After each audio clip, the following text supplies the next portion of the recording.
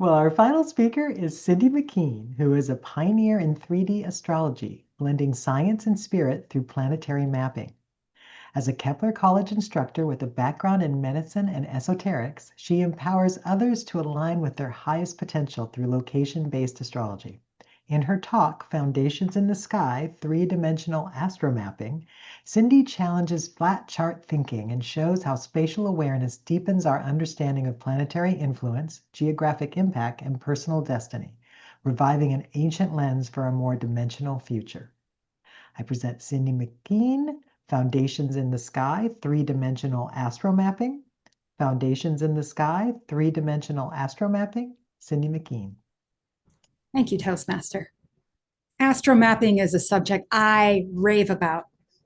It's categorized as a branch of astrology, but really, I'd like to make a case that it's a foundation of astrology, because it's not just looking at 2D charts and maps that require rote memorization to get meaning.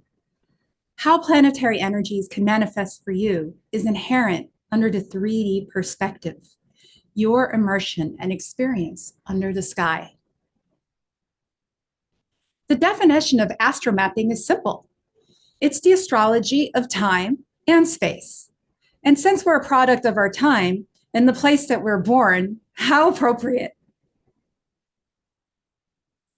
It's absolutely fascinating and eye-opening. And it's also much easier than digging for reasons in a radial chart to find out why you slipped on the banana peel you didn't see. No, it wasn't because transiting Jupiter was quincunx undecile your progress Maki and parallel your natal Saturn. It was because you're on your Neptune line, which tends to obscure what normally can be seen. And yes, it can be slippery. It's fun seeing changes when using it in your immediate environment. I needed to make more money through my online astrology business, and the way to do so was through more exposure. Jupiter could help with that. So I got out my floor plan and I placed my local space chart on it, and I moved my desk station to my Jupiter local space line. Literally, overnight, I started getting more client bookings. I got invited by ABC to talk about astrology on their evening TV broadcast later that week. I had to travel 750 miles for that. Broadcasting, long distance travel, more income? Well, hello, Jupiter. With all the bookings weeks in advance, I was at my desk for most of the day without time to do much else. That was okay. The expanded reach of clientele was welcome. But 3 months later, I decided to move my workstation. Why? I gained 18 pounds. Oh, Jupiter. Astromapping uses two different coordinate systems.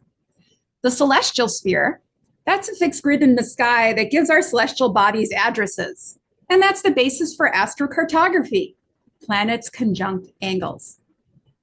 And then there's the horizontal perspective. They are the planets in the sky that we could see from our location, that magical dome above our heads. And that's the basis for local space astrology. To combine how they work and to demonstrate it for you, Polaris is always 89 degrees, 16 minutes north declination. That's its address in the celestial sphere.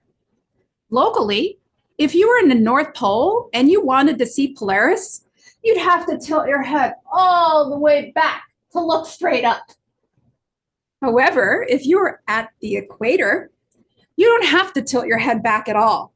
You could gaze straight and you'll see Polaris conjunct the horizon when you're facing north. If you're a mile south of the equator, you won't see Polaris, not even from the top floor of the highest skyscraper.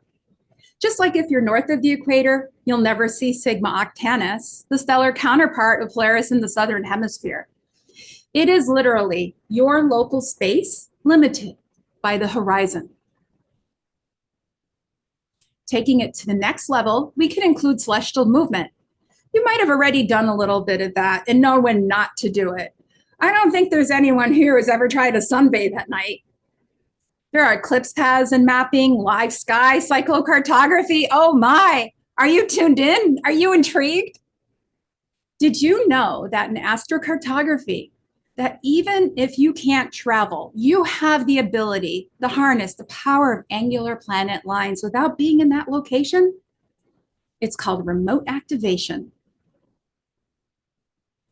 Say you want more Venus ascendant energy in your life, and that line is over Italy.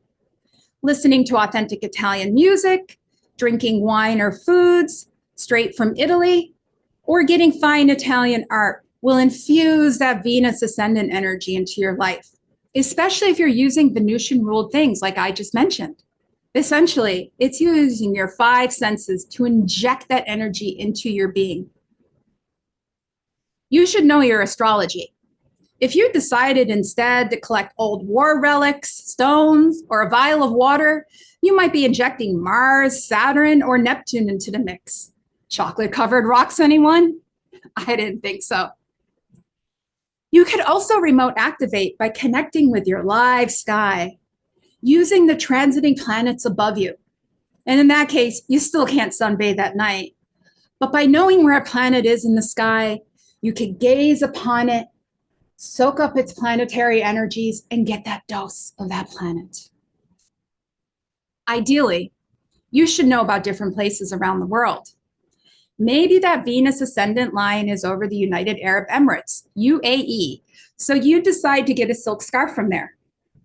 Even though silk is Venusian, UAE imports everything. So maybe that silk scarf came from China, where your Saturn ascendant line is. And with that, you have now activated your Saturn line.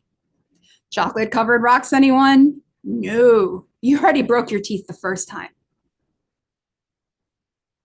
It is indeed a lot to study.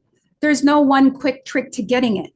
But with AstroMapping, you become more aware of the cosmos, the world around you, the ground below your feet, and with that, you become more aligned with self. How is that for foundation? I'm Cindy McKean. If you'd like me to speak or teach at your conference, organization, or event, or if you'd like someone to write an article for your magazine or media, please feel free to get in touch anytime. Back to you, Toastmaster.